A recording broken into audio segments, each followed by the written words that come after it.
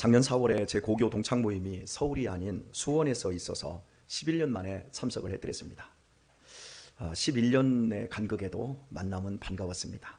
17명의 동창들은 처음 모임에 나왔기에 한 35년 만에 만나서 반가움이 더욱 컸습니다. 먹고 마시며 모두들 어린 시절로 돌아가 가식과 허유를 벗은 채 화기애애한 대화들이 떠들썩하게 이어졌습니다. 그런데 좋은 분위기에 찬물을 끼얹는 일이 벌어졌습니다. 제가 학교 다닐 때는 재수생들이 많이 있었습니다. 가난 때문에 진학을 미루었거나 혹은 다른 학교에서 자퇴를 한 후 한두 살 나이가 더 많은 형들과 한 학년이 되었더랬습니다. 그래서 한 반에 재수생들이 한 명이나 두 명 이상이 꼭 있었습니다. 저희 학년에는 7살 많은 동창도 있었습니다. 제 형님 친구하고 그분은 중학교 때 친구인데 저하고 고등학교 친구가 되었습니다. 재수생들은 동창들이지만 학창시절 내내 형이라고 호칭을 했습니다. 이런 재수생들도 동창회에 나온 것인데 술기운이 오른 동창 하나가 한 살 많은 재수생 동창에게 형 호칭을 빼고 이름을 부르기 시작했고, 한 살 많은 동창은 이것이 고가운 나머지 어린 놈이 어쩌고 저쩌고 화를 내버렸습니다. 이에 동창은 같이 늙어가는 처지에 동창회에 나와서 형 동생이 어디 있냐, 민증 까봐라, 나도 69년생인데 학교를 늦게 들어갔을 뿐이다. 그리고 민증을 까서 그 턱 앞에 댔습니다. 지지 않고 맞섰습니다. 결국은 욕이 오가며 분위기는 살벌해졌습니다. 그날 동창회에서 돌아오면서 생각을 했습니다. 나이 먹는 것보다 쉬운 일은 없지만 제대로 나이 먹기가 이렇게 어렵구나. 35년 만에 만난 모임입니다. 철딱선이 없는 10대로 만나지 않았습니다. 행복하기 위해 만난 것입니다. 자기 직업에 성공했고 결혼하여 자식까지 키워 출가도 시켰고 손주까지 본 동창들도 있는 나이입니다. 그리고 동창회에 나온 애들은 거의 대부분 성공한 애들만 나옵니다. 그런데도 그 나이 가지고 육두문자를 쓰며 싸워야 할까요? 학창시절처럼 기분 좋게 형이라고 그냥 불러주면 안 되나요? 잠깐 만나고 헤어지는 자리에서 형이라 않는다고 발끈해서 육두문자를 써야 할까요? 자기 두 사람만 있는 것이 아니지 않습니까? 한마디로 말해 나이를 먹었지만 제대로 나이를 먹지 못한 거지요. 그 결과 철없는 큰애기들이 되어 있습니다. 제가 요양원 또 주간보호센터에서 보는 장면이 그겁니다. 어른들이 싸워요. 너무너무 싸워요. 철딱선이 없는 애기들만 드글드글거리는 거예요. 나이를 제대로 먹지 못하면 나이 들수록 너그러워지기보다는 자존심으로 똘똘 뭉친 이기주의자가 되고 맙니다. 남에게 호감이나 지지를 받지 못하는 고집불통이 되는 거지요. 자신의 편함을 위해 상대방의 감정을 불편하게 합니다. 자기는 지지 않으면서 상대방이 져달라고만 요구합니다. 자기는 배우지 않으면서 가르치려고만 듭니다. 나는 바뀌지 않으면서 남을 바꿔놓으려고만 합니다. 큰 애기들입니다. 어느 시인의 말은 이렇습니다. 자신의 주장이 정말 옳다면 내 자신이 그 옳음으로 인해 성공적인 인생이 되어라. 그럼 말하지 않아도 가르치지 않아도 삶 자체로 귀감과 덕으로서 많은 일을 가르치게 될 것이다. 그래서 자신의 옳은 신념을 성취 혹은 성공으로 만들어낸 나이든 사람들은 말이 없지만 그저 쉽게 나이 먹은 사람들은 말이 많을 뿐만 아니라 남의 이야기를 귀담아 듣지도 않는 진짜 꼰대가 된다. 옆 사람한테 한번 인사합시다. 너지 꼰대. 저 역시 나이를 계속 먹어가고 있기에 걱정이 됩니다. 어느새 머리가 허연해졌고 저한테 중견 목사님이라고 하는 후배들이 이제 저를 따르고 있습니다. 그래서 걱정이 더 큽니다. 나는 나이 먹은 것 같지 않은데, 난 아직도 젊은 것 같은데, 노예에서도 그리고 우리 기수에서도 내가 이제 탑 쪽에 와 가는구나. 그래서 제 늙어감을 위해서 이런 표와 목표를 세웠습니다. 노인이 아닌 어른이 되자. 그래서 3가지 소극적인 행동지침과 3가지 적극적인 행동지침을 세워봤습니다. 소극적 행동지침 하나, 존경까지는 못다 하더라도 피하고 싶은 노인은 되지 말자. 2번째, 주변 사람들을 힘들게 하는 노인은 되지 말자. 3번째, 꽁으로 먹고 어떻게든 내 돈은 안 쓰려는 추한 노인은 되지 말자. 그리고 적극적 행동 지침은 이렇습니다. 너그러운 어른이 되자. 2번째, 따뜻한 어른이 되자. 3번째, 잘 들어주는 어른이 되자. 참 듣는 게 어려워요, 목사는. 늘 말만 하고 살아서. 그래서 나이를 제대로 먹기 위해서 이런 목표와 세부적 지침을 세우고 실천해 나가고 있지만 잘 되려는지는 미지수입니다. 지금까지 사는 것도 은혜였기에 이 또한 하나님께 은혜를 구해야 될 일이라고 저는 생각을 합니다. 그리고 실제로 은혜를 구하고 있습니다. 오늘도 계속해서 예수님과 유대인들의 논쟁을 이어서 보겠습니다. 아브라함보다 당신이 크다고 했을 때 유대인들은 예수님을 귀신 들렸다고 사마리아인이라고 저주를 퍼부었습니다. 그런데 주님은 여기에서 조금 더 나아가서 아브라함이 당신을 보고 싶어하다가 보고 기뻐했다고 말씀하셨습니다. 여러분이 잘 아시다시피 아브라함은 예수님께서 이 땅에 오시긴 2000년 전 사람이었습니다. 따라서 아브라함이 나를 보고 기뻐했다라는 예수님의 말씀은 이치에 맞지 않기에 이에 유대인들은 네 나이 50도 되지 않은 주제라며 예수님의 나이를 상기시켜 주었습니다. 그럼에도 주님은 물러서지 않고 대답하셨습니다.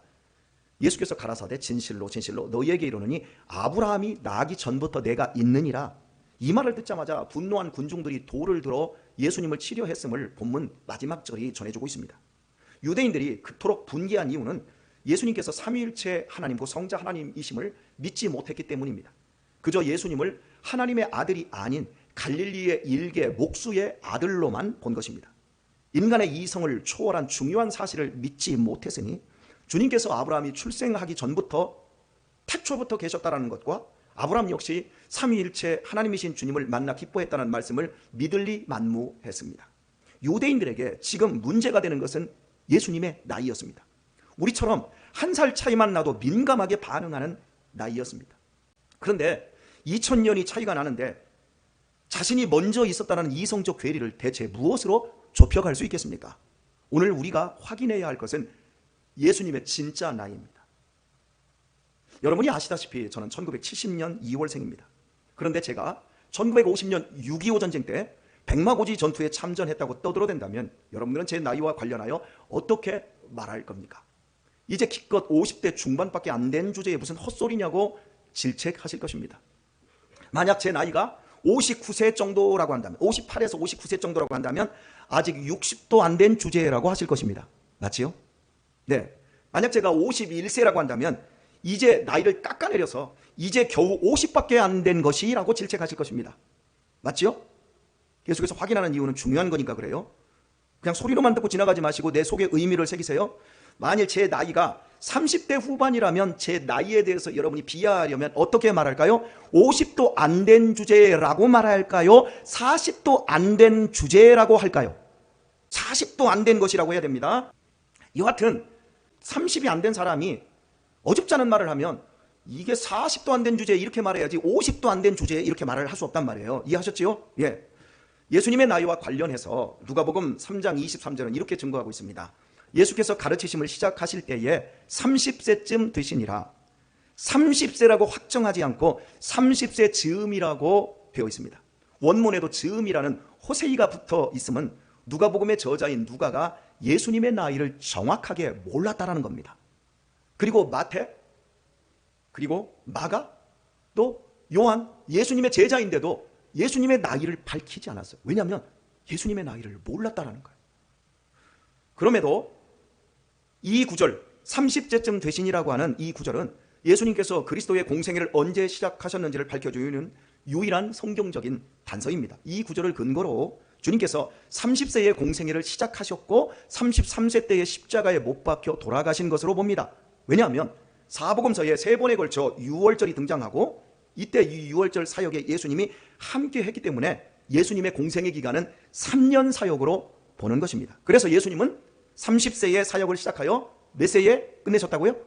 33세의 십자가에서 죽으심으로 끝내셨다고 2000년 동안 교회는 그렇게 믿어왔습니다. 그런데 만약 예수님이 죽으실 때의 나이가 33세였다면 오늘 본문처럼 예수님의 나이를 비하하는 유대인들이 니까짓게 아직 50도 못 되었는데라고 말했을까요? 40도 못 되었는데라고 말했을까요? 이제 머리가 돌아가십니다. 예수님의 나이가 형편없이 적다는 것을 강조하기 위해 사용한 말입니다. 그렇다면 33살의 나이도 깎아내려서 30살밖에 안 된 것이라고 해야 할 것입니다. 맞죠? 그런데 네가 아직 50도 못 되었는데 라고 말했다면 예수님의 나이는 최소 40대 후반을 넘긴 나이였음을 확인시켜주는 중요한 증거라고 할 수 있습니다. 그럼 우리가 알고 있는 주님의 나이와 오늘 본문은 얼마나 모순이 됩니까? 33살밖에 안 됐는데 네가 30밖에 안 된 것이 이렇게 말을 하지 않고 나이를 아주 깡그리 뭉개는 자리에서 50밖에 안 된 주제에, 그러면 이게 얼마나 여러분 모순되는 거예요. 예수님의 나이, 진짜 나이는 몇 살일까요? 예수님의 십자가 사건은 몇 살에 일어난 것일까요? 성경 안에서의 증언과 그 시대의 역사적 인물과 역사적 사건 기록을 토대로 나이를 살펴봐 드리겠습니다. 누가복음 2장 1절에서 7절까지의 말씀을 보시면 예수님은 로마의 황제 가이사 아우구스투스입니다. 로마 1대 황제입니다. 1대 황제가 호정명령을 내리셨던 시기에 태어났다고 기록이 되어 있어요. 그때 그리고 구레누냐는 시리아의 총독으로 있었습니다. 모두 다 역사적 기록에 남아있는 거예요. 그리고 마태복음 2장 19절에 보면 헤로도 왕이 생존 시기에 일어났습니다.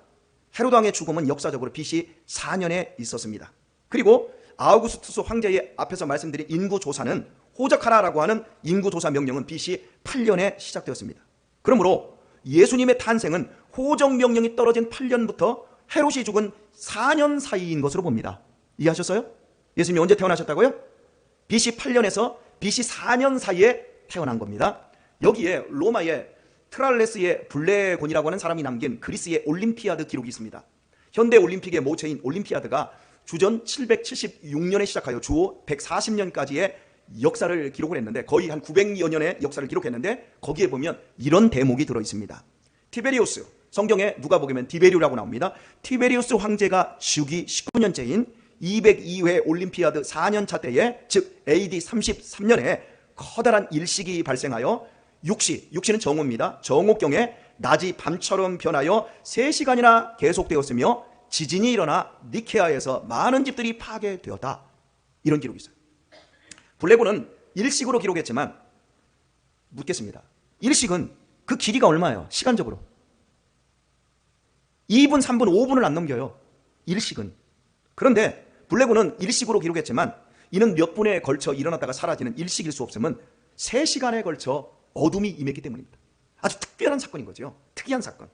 이 특이한 사건은 정확하게 예수님이 돌아가셨을 때에 성경에 있는 기록, 어둠이 3시간 동안 임하고 지진이 일어난 사건과 일치합니다.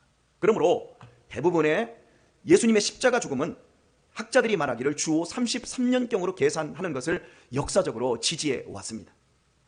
이렇게 따져보면 예수님의 나이는 주후 33년, 33살을 포함하여 주전 4년에서 8년을 더한 것이 되니까 4년을 더하든지 8년을 더해지게 됩니다. 그렇다면 십자가에서 죽으실 때 주님의 나이는 최소 37세에서 최대 42살까지 늘어나게 됩니다.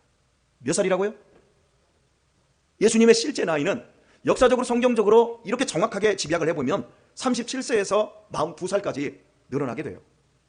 이런 배경을 가지고 오늘 본문을 대입해본다 할지라도 예수님을 향해 네가 아직 50도 못 되었는데 라는 말을 유대인들이 썼다는 것은 여전히 문제로 작용합니다. 왜냐하면 예수님의 나이를 42살로 잡아도 예수님의 나이를 끌어내리려고 했기 때문에 네가 겨우 40밖에 안 된 주제라고 말을 해야 됩니다. 맞지요? 그런데 네가 아직 50도 못 되었다는 말을 유대인들이 썼다는 것은 문제가 되는 거죠. 정황상 예수님의 나이가 40대 후반이기는 어렵습니다. 그러므로 이제 어쩔 수 없이 저는 두 가지 개연성을 가지고 예수님의 나이를 접근하려고 합니다. 제가 지금부터 하는 이 설교는 전 세계 어떤 목사님도 하지 않은 설교를 처음으로 하는 겁니다. 어떤 자료도 없었습니다. 그런데 제가 가지고 있는 문학적인 상상, 그리고 제가 살아온 삶의 경험을 가지고 개연성을 가지고 접근을 하는 겁니다. 저를 처음 보는 사람들은 몇 살로 볼까요? 대개 50대 후반에서 60대 초반으로 봅니다. 네.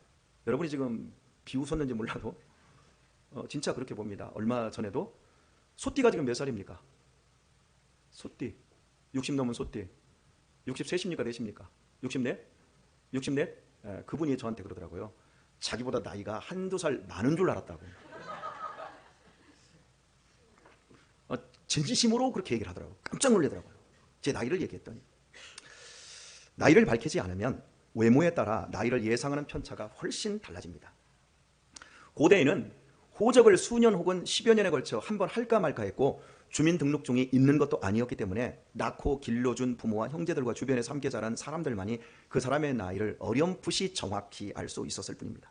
그렇다면 누가복음을 기록한 누가는 의사입니다. 의사는 매우 분석적이고 논리적인 사람들입니다. 그렇다면 의사인 누가조차 예수님의 나이를 몰랐는데 변방 갈릴리 출신의 예수님을 유대의 주류 세력들이 예수님의 나이를 어떻게 알 수 있었을까요? 예수님의 나이를 그들이 어떻게 알았을까요? 그럼에도 네가 아직 50도 못 되었는데 라고 비하했다면 그들에게 주님은 40대 후반으로 보였던 것입니다. 지금은 40대 후반은 인생 절정기 같은 젊은 날이지만 100년 전 40대는 늙은이에 속했고요. 2000년 전 로마 시대도 비슷비슷했습니다. 제 어린 시절 40년 전, 50년 전 기억에도 동네의 40대 후반의 사람들이 다 늙은이로 보였어요. 그러니까 지금의 관념으로 생각하면 안 돼요. 40대 후반이. 저는 유대인들이 예수님을 최소 40대 후반으로 본 이유를 이렇게 생각을 합니다. 예수님은 가난한 갈릴리에서 목수로서 일찍 아버지가 죽었거든요. 그래서 아버지를 대신해 소년 가장으로 가족을 부양하셨습니다. 10대 초반부터 무려 40년 가까이 이어진 삶의 고생스러움은요, 예수님의 모습을 훨씬 더 늙게 만들었을 것입니다. 늙게 보이게 한 게 아니라 실제 늙었을 것입니다. 말씀 역시 이를 뒷받침해주고 있습니다. 이사야 53장 2절로 3절 말씀을 보면 그는 주 앞에서 예수님을 말하는 겁니다. 자라나기를 연한 순 같고 마른 땅에서 나온 뿌리 같아서 고운 모양도 없고 풍채도 없은즉 우리가 보기에 흠모할 만한 아름다운 것이 없도다. 그는 멸시를 받아 사람들에게 버림받았으며 간고를 많이 겪었으며 질고를 아는 자라. 평생 가난한 집안에서 장자 노릇하는 고단한 삶의 연속은 인간으로 오신 예수님을 훨씬 많이 늙게 만들었음이 분명합니다. 힘에 붙이는 노동이 계속되어질 때 훨씬 노화가 빨리 진행됩니다. 수양관 매입하고 제가 공사하면서 얼굴 확 늙어버리더라고요. 햇빛 아래서 2달 그렇게 일을 해버리니까요. 이 같은 개연성은 보통의 젊은이들이 십자가에 달리면 최소 12시간 이상 삽니다. 강도들도 여전히 살아있어서 뭉치로 갔다가 다리를 꺾어버렸습니다. 그러나 주님은 노인이 아님에도 6시간 만에 죽은 사실에 대해 보고받는 빌라도가 벌써 죽었어? 놀란 것도 그 증거가 될 수 있습니다. 고된 노동으로 더 빨리 쇠약해진 것과 함께 또 한 가지 주님의 노화를 가속시킨 것은 엄청난 스트레스였습니다. 간고와 질고를 많이 겪었다 그러잖아요.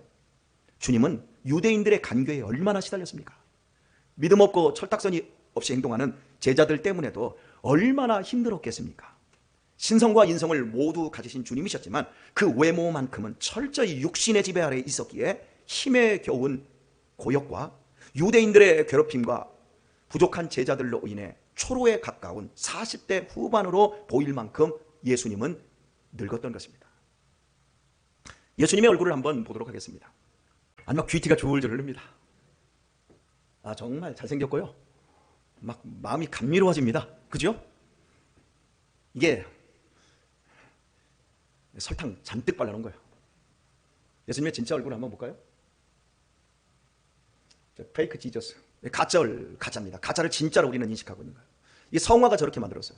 천주교에서 그린 모든 성화들이 예수님의 얼굴을 저렇게 만들었어요. 가짜로. 다 가짜예요. 레오나르도 다빈치, 미켈란젤로, 그 사람들이 그린 성화가 다 예수님을 저렇게 만드는 거예요. 근데 진짜 예수님의 얼굴은 이 얼굴입니다. 이분이 예수님이라고요. 여러분 이거 바뀌기가 쉽지 않을 텐데 사진 한 장 더 넘겨보세요. 저분이 세종대왕이시고요. 이분이 세종대왕의 부인이십니다. 믿습니까?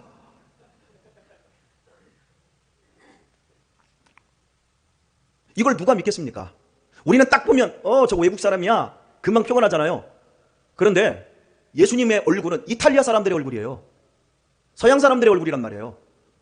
예수님이 살았던 그 동네에 가면 지금 막 섞여가지고 그렇지요. 진짜 팔레스틴 사람들의 얼굴은요 전혀 달라요. 딱 보면 그 사람들은 알아요. 근데 우리는 동양 사람이다 보니까 다 그쪽 사람들은 다 똑같이 보여. 그러니까 예수님을 가장 아름답게 풍자한 귀티 절절 흐르는 모습으로 만들어냈어요. 자, 그런데 마지막 사진 보여주세요. 이 사진은 영국 BBC에서 다큐멘터리로 만들었던 거예요. 그래서 예수님의 진짜 얼굴을 찾아가기 위해서 이 의학자들 그리고 많은 사람들이 동원되어서 진짜 그 샘족의 얼굴을 이미지로 합성한 거예요. 그러니까 이 얼굴 외에 예수님의 진짜 얼굴은 이런 얼굴이에요. 이거 사진 다 캡처해서 하나씩 가져가셔서 여러분 집에 걸어놓고 이제부터 예수님에 대한 얼굴을 새롭게 좀 바꾸세요. 가짜를 믿지 마시고. 얼마나 종교가 허위와 이 가짜가 많은지 몰라요. 예수님의 출신도 천하고 이런 얼굴을 가진 예수님이었기에 유대인들이 끊임없이 예수님을 멸시한 것입니다. 여러분 여기서 믿음이 불러옵니까? 막 존경하고 싶고 사랑하고 싶은 마음이 생깁니까? 만약 그 시대에 우리가 있었더라면 이런 천박한 얼굴을 가진 예수님을 하나님으로, 하나님의 아들로 믿고 따랐을까요? 지금 태어난 게 은혜입니다. 안 본 게 은혜입니다. 중요한 사실은 고역과 스트레스만이 예수님의 나이를 더 들어 보이게 한 것만은 아니었을 겁니다. 나이가 더 들어 보이게 한 아주 중요한 부분은 예수님의 인격과 태도였습니다. 우리가 성경에서 만나는 예수님은 혈기와 객기, 만용에 가득한 청년이 아닙니다. 불나방처럼 유대 사회의 부패와 불의에 항거하는 투사적인 모습이 전혀 없으셨습니다. 자신을 죽이고자 종교적인 올무에 덫을 놓는 제사장과 서기관들과 바리새인들을 향해 보여주시는 예수님의 모습은 노년에 잘 다듬어진 원숙한 인격과 차분함과 지혜로움 그 자체였습니다. 절대 철딱선이 없는 청년이 아니었어요.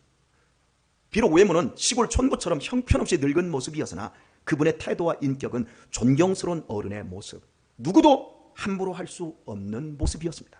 그리하였기에 유대인들은 예수님을 40대 후반의 나이로 보고 네가 아직 50도 못 되었다라고 비하한 것입니다. 주님께서 인간으로 걸으셨던 원숙한 삶은 타고났거나 푹신한 소파 위에서 순간적으로 이루어지지 않았습니다. 30여 년 동안 체력을 다 쏟아 부어야만이 겨우 가족을 먹여 살릴 수 있는 고통과 고뇌의 길에서 이루어졌습니다. 그리하여 나이보다 훨씬 늙은 청년이었지만 그러나 주님은 노인이 아닌 어른이었습니다.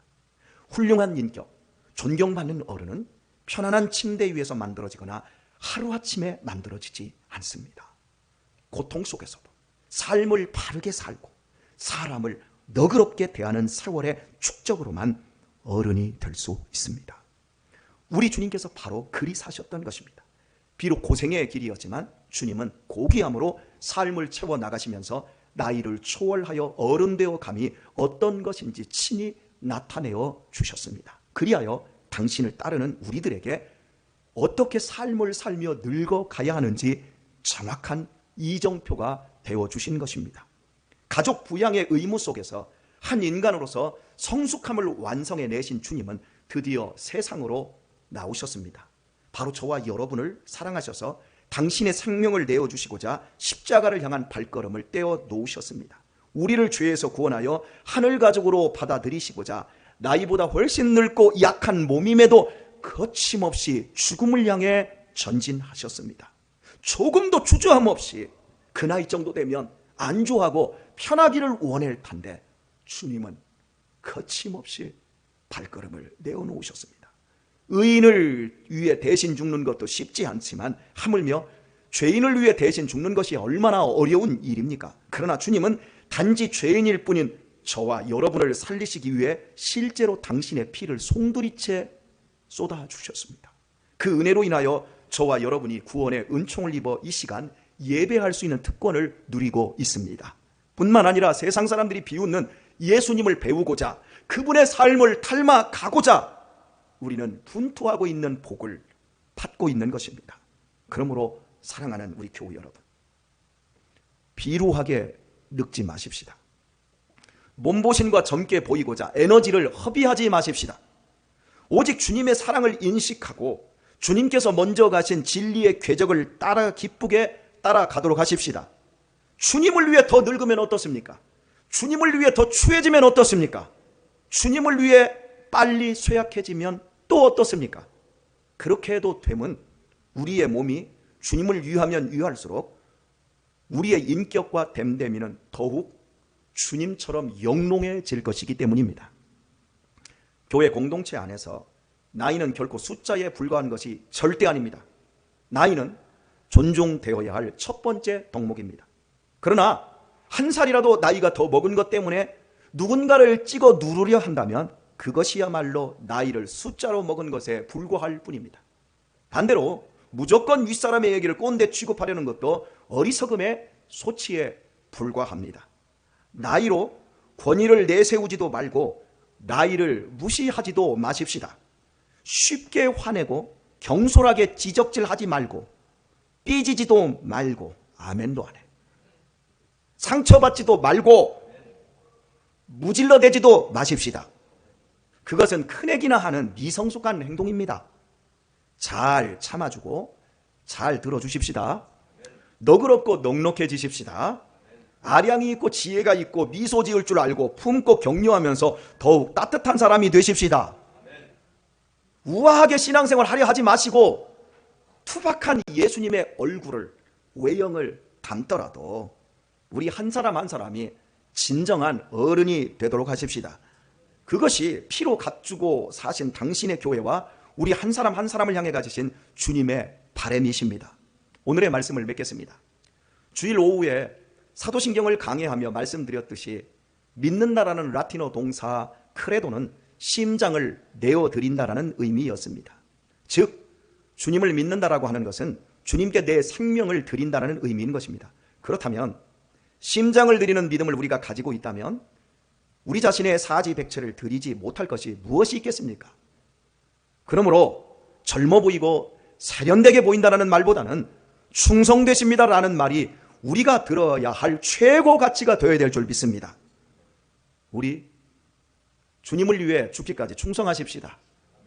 주님의 교회를 위해 좋은 걸음이 되십시다. 그리하려면 고부로 힘들 것이고 스트레스도 많아야 하기에 제가 약속합니다. 더 빨리 늙을 것입니다. 저처럼 더 빨리 늙을 것입니다. 그러나 그것을 기쁨으로 감수하십시다. 왜냐하면 그것만이 주님의 삶의 궤적을 따라가는 제자의 길인 동시에 참된 어른이 될 수 있는 방법이기 때문입니다. 부디 우리 자신들을 더욱 새롭게 하여 남은 인생 나이를 초월하여 존경받는 어른들이 다 될 수 있기를 축원합니다.